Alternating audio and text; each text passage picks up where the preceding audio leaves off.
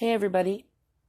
I decided to do a podcast today. I know it's been a while since I've talked to anybody here. I just have had such a really busy past 2 weeks.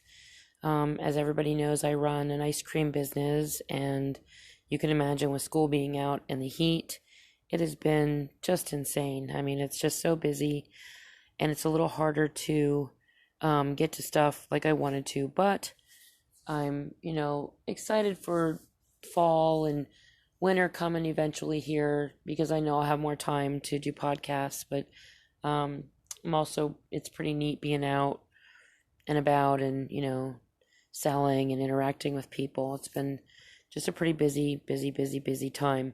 Took today off. I just felt like I really needed it. And of course, as I was taking today off, I was like, hey, I can do a podcast today. And hadn't realized how long it had been even since I had done one last until I got on yesterday, and I was like, oh boy, it didn't even seem like that much time had passed. So please forgive me for this. I'll just keep plugging away at it, and like I said, during the fall and winter months I'll be much more able to do these at least once a week, maybe more. Wanted to talk today about near-death experiences. I Near-death experiences happen all the time. It's an ongoing flow of experiences that you see or read from people, get stories written to you about, and it actually is what brought me back to the Lord. I had some time when I was real rebellious and fell away from God and was angry at Him for years, and I heard the story, the Heaven is for Real testimony, and it just really flooded me and brought me back to the Lord. And so I've always been very fond of them. I think they're just incredible. I feel that, people are entitled to believe what they want. I choose to believe what the Bible says, the Holy Bible, and Jesus. I believe, pretty much, what that says, and I just can't seem to shake that. That's just part of me. It's something that I feel is right.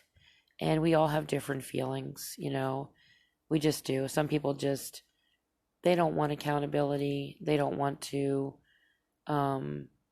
feel like they owe anything, any type of debt or whatever, for the way they act. So they don't want to believe or choose not to believe stuff, and that's up to each and every one of us. Nothing is ever forced. I don't think anybody should ever knock somebody for a religion unless it hurts somebody else. I mean, that's pretty much where I draw the line. If a religion or a belief system that you're engaging in or you believe in actually harms another human being, or even animals, and to some degree, I just feel that that's where the line has to get drawn. But I think that's a lot of the reason why I'm comfortable. I just feel that Christianity is, for me, it just feels kinder and it feels right to me. So that's why, that's what I believe. But I feel that near-death experiences are so important in the testimony of Christianity. I've read places where people die and they see, in a sense, what they've believed in their life. But for the most part, what I read is that most people see Jesus and they see heaven. And these are people that are Christians, Muslims, atheists, just Buddhists, so many people that die and they encounter Jesus. And I think that's I think that's why they happen. I think it's a way of having people come back and tell their story, so it spreads the word of God, and we get testified to, and many souls are saved.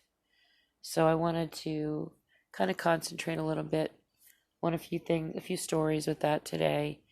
And there was a couple stories I wanted to tell about Bigfoot, some encounters with one encounter with, well, what they believed was Bigfoot, and the other one was a portal. So I'm going to read you this one story that I thought was really great from Catherine. She says, I was crossing the road at a crossing, but the approaching car did not even slow down. The driver just didn't see me. All of a sudden, my life left my body. I know this sounds strange, but in the blink of an eye, the whole of my past seemed compressed. Every memory rolled through my mind right back to when I was crawling around in a nappy, which is a diaper. The car swerved and screeched to a halt, and I returned to my body. Could never explain how a life, years and years of it, could be relived in a split second. So that was her near-death encounter. I thought that was really just incredible. There are other stories. There's personal narratives drawn from the historical record that furnish intensely vivid accounts of near-death experiences that can be as instructive as any dry clinical case report, if not more so. In 1791, for instance, British Admiral Sir Francis Beaufort, after whom the Beaufort wind scale is named, almost drowned, an event he recalled in this fashion. He says, a calm feeling of the most perfect tranquility succeeded the most tumultuous sensation, nor was I in any bodily pain. On the contrary, my sensations were now of rather a pleasurable cast. Though the senses were thus deadened, not so the mind. Its activity seemed to be invigorated in a ratio which defies all description, for thought rose after thought with a rapidity of succession that is not only indescribable, but probably inconceivable by anyone who has been himself in a similar situation. The course of these thoughts I can even now in a great measure retrace. The event that had just taken place, thus traveling backwards, every incident of my past life seemed to me to glance across my recollection in retrograde procession, the way they talked. The whole period of my existence seemed to be a place before me in a kind of panoramic view. Another instance was recorded in 1900 when Scottish surgeon Sir Alexander Ogston, discoverer of Staphylococcus, succumbed to a bout of typhoid fever. He described what happened this way. I lay, as it seemed, in a constant stupor which excluded the existence of any hopes or fears. Mind and body seemed to be dual, and to some extent separate. I was conscious of the body as an inert, tumbled mass near a door. It belonged to me, but it was not I. I was conscious that my mental self used regularly to leave the body. I was then drawn rapidly back to it, joined it with disgust, and it became I, and was fed, spoken to, and cared for. And though I knew that death was hovering about, having no thought of religion nor dread of the end, and roamed on beneath the murky skies, apathetic and contented, until something again disturbed the body where it lay, when I was drawn back to it afresh. So he was literally going in and out of his body. That's pretty crazy. More recently, British writer Susan Blackmore received a report from a woman from Cyprus who had an emergency gastrectomy in 1991. She writes, on the fourth day following that operation, I went into shock and became unconscious for several hours. Although thought to be unconscious, I remembered, for years afterward, the entire detailed conversation that passed between the surgeon and anesthesiologist, let's say that, present. I was laying above my own body, totally free of pain, and looking down at my own self with compassion for the agony I could see on the face. I was floating peacefully. Then I was going elsewhere, floating towards a dark, but not frightening, curtain-like area. Then I felt total peace. Suddenly it all changed. I was slammed back into my body again, very much aware of the agony again. These are some stories. There's another article I ran into that I really loved. I wanted to read. It says, I crossed over. Survivors of near-death experiences share afterlife stories. For many, the question of what happens when we die is a mysterious one, but for others, the question has a clear answer. For many, the questions of what happens when we die is very mysterious. A Today survey found that 55% of people are absolutely certain there is an afterlife, 37% are not certain, and 8% are certain there isn't an afterlife. But for some who have been through near-death experiences, the question has a clear answer. Take public speaker Anita Moorjani, who shared her story with Maria Shriver on Today. I believe that I died, yes, that I crossed over into the afterlife and back, said Moorjani, adding that the afterlife is like being in a really unlimited space and time. There's an I'm gonna X that out there. Diagnosed with lymphoma in 2002, Moorjani, who considers herself more spiritual than religious, was losing her cancer battle, withering down to just 85 pounds and battling tumors from the base of her skull to her abdomen. She slipped into a coma in February of 2006. She said that's when she died and crossed over to an afterlife. I felt as though I was above my body, she said. It was like I had a 360-degree peripheral vision of the whole area around, but not just in the room where my body was in, but beyond the room.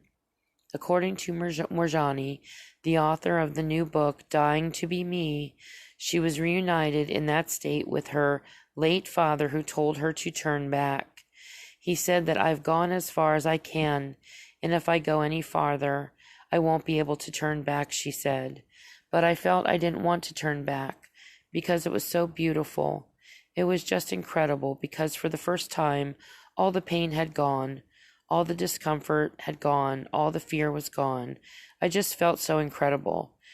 And I felt as though I was enveloped in this feeling of just love, unconditional love. Citing an incredible clarity where everything started to make sense, she said she decided to return to her body because she believed it would heal very, very quickly. And it did. Within 4 days, my tumor shrunk by 70%, and the doctors were shocked, she said. And I kept telling everyone that I know I'm going to be okay. I know it's not my time to die. Moorjani isn't alone in connecting a crossover experience to healing. Diagnosed at age 4 with a chronic digestive disorder, 8-year-old Annabelle Beam experienced intense pain and frequent hospital visits. She was always so sweet and gracious, her father Kevin told Today. She wasn't making a big deal out of it, and she was suffering in silence. But the suffering started to overwhelm Annabelle. I told my mom, Mama, I want to die and go to heaven with Jesus where there is no more pain. I don't want to be in this much pain for the rest of my life, she said. And so I was so committed to just giving up that sometimes whenever I couldn't sleep, I'd kind of try and figure out what would happen if I did die. Then I decided my mom would come with me. My dad would stay and watch my sisters. Annabelle's mother, Christy, refused to believe what she'd heard. I remember thinking, that's not what she said, Christy recalled. She doesn't know anything about giving up. She's a fighter. Days later, Annabelle said she fell 30 feet from a tree branch that cracked while she was sitting on it with her sister, Abby. She claims that after bumping her head 3 times on the way down and falling into the hollowed-out base of the tree, she died and went to heaven. It was really bright, and I sat on Jesus' lap, and he told me, whenever the firefighters get you out, there will be nothing wrong with you, Annabelle recalled. And I asked him if I could stay, and he said, no, I have plans you need to fulfill on earth that you cannot fulfill in heaven. A few days later, She told her family about her experience. She was very matter of fact, very. This is what happened, not at all animated. Just, here are the facts, Christy said, and then she stopped talking and looked out the window for the rest of the trip. Now symptom-free, Annabelle has gone from taking 10 daily medications to none. She fell 30 feet head first without any injuries or one bug bite, her mom said. She came out of that tree hours later, wet, muddy, and with scratches, and she's well. The tree, which toppled due to weather, remains in the Beam family front yard, beside a cross Kevin carved after the accident. I'm glad that I didn't even try and cut it down, he said. I do think that this tree was actively involved in a miracle.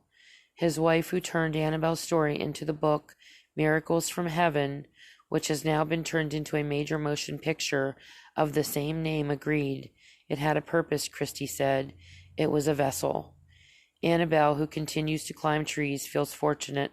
Most kids aren't ever healed, she said. And so anytime I see the tree, I'm so grateful and happy. It's hard sometimes to, hear stories where people are healed and so many others are just suffering so much and they just never get healed, and they keep praying and they believe in the Lord, and they just, the healing just never seems to come for them for some reason. I don't know why. I don't know why that happens, but it just does. So just keep praying and, hope that your healing will come. I mean, I go through that a lot with my allergies. Every day I just feel like there's got to be something that'll help, with my allergies and stuff. And it just seems like it keeps getting worse, and I'm not really sure why, but it just does. And the other thing too that really gets me is that, not gets me, but people go to heaven and they see God and he says it's not their time. And he says that, I have plans for you to go back to earth. And then they come back and you wonder what it is, like what it is that sends you back, that makes it so God feels that you're so needed here, that it feels like your life is so mundane, or it's like the same old stuff. I mean, we get so caught up in life and work and stress and relationships and kids and, sickness and all the stuff that we deal with. And you have to wonder, what was the reason God sent the person back? Is it the testimony? Is that why? Because they've seen him. And like with Annabelle, did she come back because of that testimony, which in her case was wonderful? And, sometimes I pray that that's a role that I can fulfill, that, maybe I can get to heaven and see Jesus and have something to just come back and tell you guys and tell everybody about, to get people so they're saved, or that they believe in the Lord. And, that's really what I would love to have, just like a purpose. I think we all really need to find a purpose, Einstein was a big believer. He believed in God, but he would always say that he believed in the God of Spinoza. And I don't know if you've ever, heard about Spinoza, but I will read it to you here so you know what Einstein was referring to. And when I think about God, I really think about this. I think about this is what I think we all really want God to be. I think that in our hearts we feel like, how can God be a judge that sends anything to hell for all of eternity? We have anger directed towards God. And there's so much we don't know. There's so much that man has written, and we don't really know what has been misspun. And then you wonder if, do my beliefs, is that what, like when I die, am I led to what I believed? So in other words, we kind of manifest our own belief system, and then that's what we follow when we die. It just, some of it, there's just so many questions that you have. I mean, deep down, I'm a Christian, but I still think, I still sit and I theorize and I wonder, and I, feel like there's so much more that we don't know, that we haven't been told, or that man has, constructed for his own purposes. And so it's just like, what is really going on, and then you bring in the stuff with the Bigfoot and dogmen and all these entities, and it's just like, wow, it's too much. It's just too much. Baruch de Spinoza was a Dutch philosopher considered one of the three great rationalists of the 17th century philosophy, along with René Descartes in France and Gottfried, I'm just killing these names, Leibniz in Germany. Here's some of his wisdom. Now, this is what Einstein believed in. This is what he believed God was. God would have said, stop praying and punching yourself in the chest. What I want you to do is go out into the world and enjoy your life. I want you to enjoy, sing, have fun, and enjoy everything I've made for you. Stop going to those dark, cold temples that you built yourself and say they are my house. My house is in the mountains, in the woods, rivers, lakes, beaches. That's where I live, and there I express my love for you. Stop blaming me for your miserable life. I never told you there was anything wrong with you, or that you were a sinner, or that your sexuality was a bad thing. Sex is a gift I have given you, and with which you can express your love, your ecstasy, your joy. So don't blame me for everything they made you believe. Stop reading alleged sacred scriptures that have nothing to do with me. If you can't read me in a sunrise, in a landscape, in the look of your friends, in your son's eyes, you will find me in no book.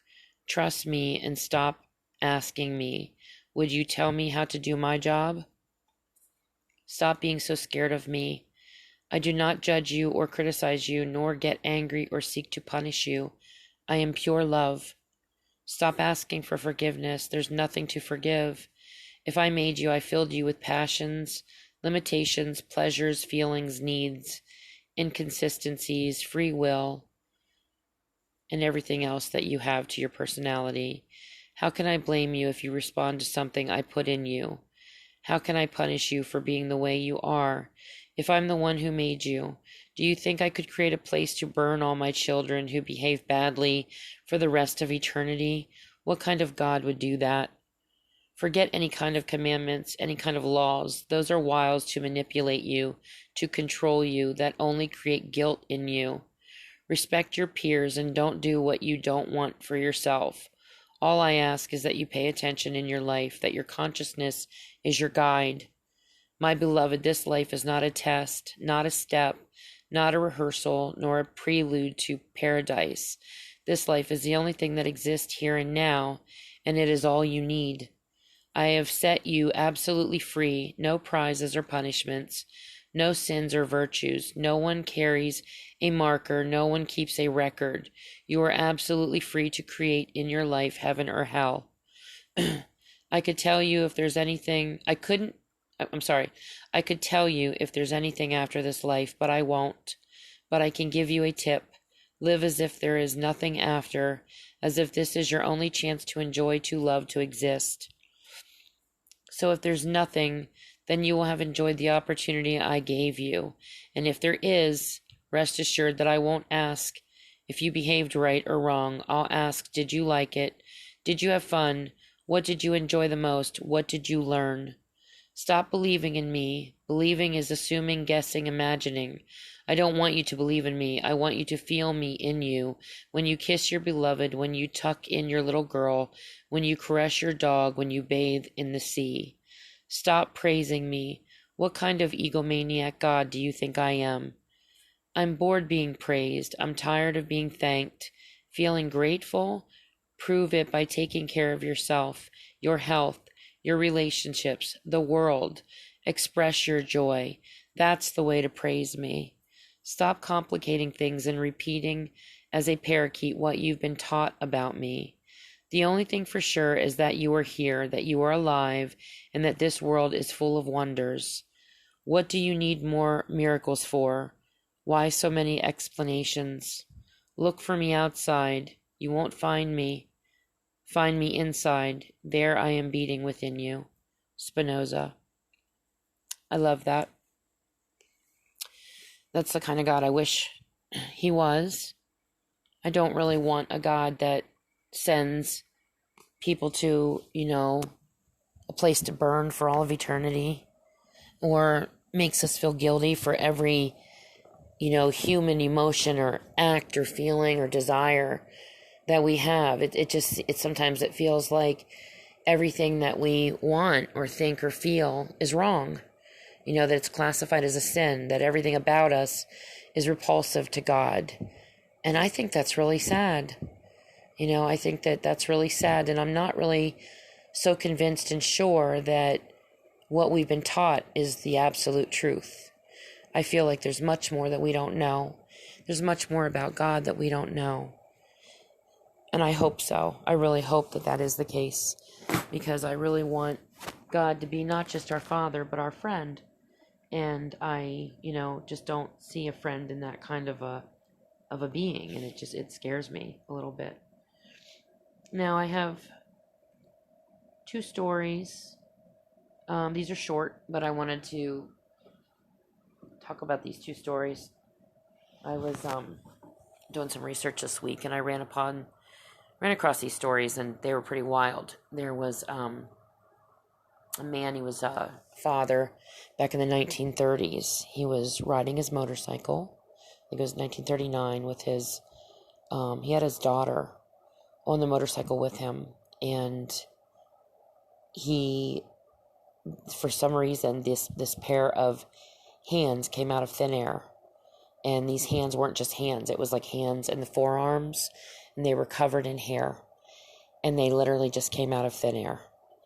And it caused him to start to wreck his motorcycle, and he told his daughter to jump off, and she did really quick, and he wrecked it, and he died. In the same area, there were several other people that had seen just these hands that just appeared out of nowhere that were covered in hair. Just the hands. There was no body. And these people ran. They fled the area, got away. They never actually harmed anybody physically outside of the father that had passed away. So this was something that really struck me this week because of the situation with the missing people again, and the portals that I feel are, either opening up, or they're just there, or we're being almost like tracked, like we're in an area where an entity is there, and they happen across us, and then they open a portal and they just reach through and they take us. Because I truly believe that that's part of this, if not, not all of it, but definitely part of it. And in this case, this was interesting because it was like, the portal opened up and the hands just reached through, and they were trying to grab people. They were like chasing people around, trying to grab them, but they couldn't get them. And because they saw the hands, it wasn't like, this portal opened up and they were staying invisible through this, other dimension. I mean, the hands were showing up, and, these people were seeing it, so they were able to escape it. But it's just, when you kind of tie all this stuff together, it's just another facet of this that it's like David Paulides always says, the more you learn, the less you know. And that's really how it feels with this. And there was another case where a man went camping with his wife. They had bought a camper and planned a vacation, and they had done some hiking and stuff along the way, and she was resting back in the camper, and he decided he wanted to go take a really quick walk. It was about 10 minutes away up this mountain, and it wasn't very far. It was a pretty short, pretty well-known hike. And he walked up to this area, and she stayed back. He ran into some people while he was there, and he conversed with them, and he was never seen from again. Nobody ever saw him. She waited and waited for him to get home, and he didn't come. She started to worry. She waited a little bit longer. She finally walked up to the spot. There was no sign of him anywhere. She went back to the camper, and I think she drove to a payphone at that point, where I think it was in the 70s. And she called the forest rangers. They put on a search. Nobody could find anything. They searched everything. I mean, they covered this area thoroughly. And there was one lady that she was a really avid hiker, and she had heard about the story about this man just disappearing, and there's no sign of him. And she decided to walk the same trail that he walked by herself which I think is absolutely crazy. I think any of us would agree that that's, pretty nuts. So she did walk it, and as she was walking, she heard a man say, "I need some help." She couldn't find him. There was nothing. There was nobody. She just heard this voice come out of nowhere. And so she looked everywhere she could look, went back, notified the forest rangers. She said they almost seemed relieved, because they said the day before they both had been out and they heard somebody calling for help, saying he needed help, and they couldn't find him. They couldn't find him anywhere. 7 years later, the man's body was found it was at the very base of a canyon. It was like 7 miles away. And it was him. They identified him through his ID and the clothing and stuff he had on. But there again is another story. I mean, when you hear something like that, what do you think of? The first thing that comes to your mind is a portal. He walked through a portal and he couldn't get back. He didn't know how to get back. So there's other dimensions in some of these cases where people are disappearing. There are dimensions that they're walking into, and then it's like the door closes and they can't get back. It's just nuts. I don't know. There's just so much we don't know, and so much we need to find out. We need to investigate. We need to just keep comparing stories, guys. And send me some stories. If anybody has anything that they want to send me, please do. Send it to inthedark2021@gmail.com. And I would love to read them on the show. That's it for this week. I will try to be on next week again. If I don't get too busy here selling ice cream. It's getting hotter and hotter out. Hopefully it stays in the 80s and it doesn't get too high up there. Once it gets into the 90s, I feel like I'm going to die. But I just need some more air conditioning. I have it in the truck. I just need to get another unit in there, I think, and, maybe survive it. It's just hard to do things with the window open a lot. We get stopped so much that we can't really keep the windows closed. So that's why we get so hot. But we're having some fun. So you guys enjoy the rest of your night. Hope your weekend goes well. Stay safe, and God bless you all. Take care.